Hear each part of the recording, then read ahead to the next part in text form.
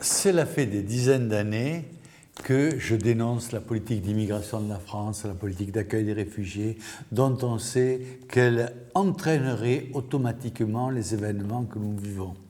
Cela fait des dizaines d'années que nous disons la France, aimez-la ou quittez-la.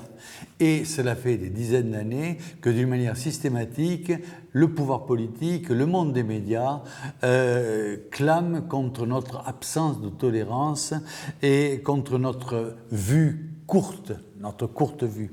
Aujourd'hui, il y a un article dans Figaro qui dit exactement tout ce que je déclame depuis 10 ans, ou plusieurs dizaines d'années, et qui établit ce que nous savons tous, c'est que le drame de ce terrorisme vient d'une chose simple, c'est que une partie des gens que nous accueillons, que nous nourrissons, que nous vêtissons, que nous guérissons, nous haïssent. Et il est bien évident que c'est cette haine qui est le ferment du terrorisme. Et tant qu'on ne supprime pas cette haine, rien ne changera. Et cette haine est provoquée par quoi? Cette haine est provoquée par un excès de gentillesse. Parce que le monde musulman est un monde où on adore la force, et quand on ne se montre pas fort et puissant, c'est que l'on est méprisable.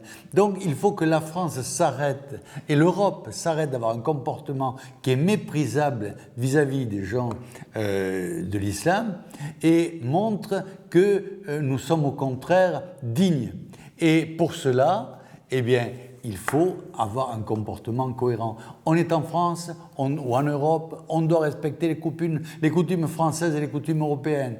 On doit travailler. Si on ne travaille pas, eh bien, il est bien évident que l'on retourne dans son pays. Il faut arrêter le regroupement familial. Il faut arrêter les dons qui ne correspondent pas à un travail, à une action positive et à un sentiment d'affection, d'amour pour nos traditions, pour nos coutumes et pour nos pays.